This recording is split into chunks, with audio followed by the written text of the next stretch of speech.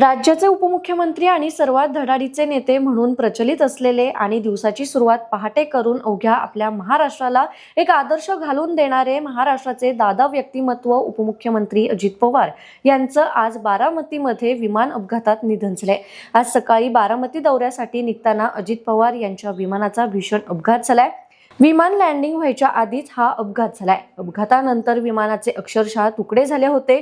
विमानाची स्थिती पाहूनच कुणीही वाचू शकणार नाही अशी माहिती समोर येत होती। अवघ्या काही वेळातच अजित पवार यांच्या निधनाची बातमी समजताच अवघा महाराष्ट्र शोक सागरात बुडाला।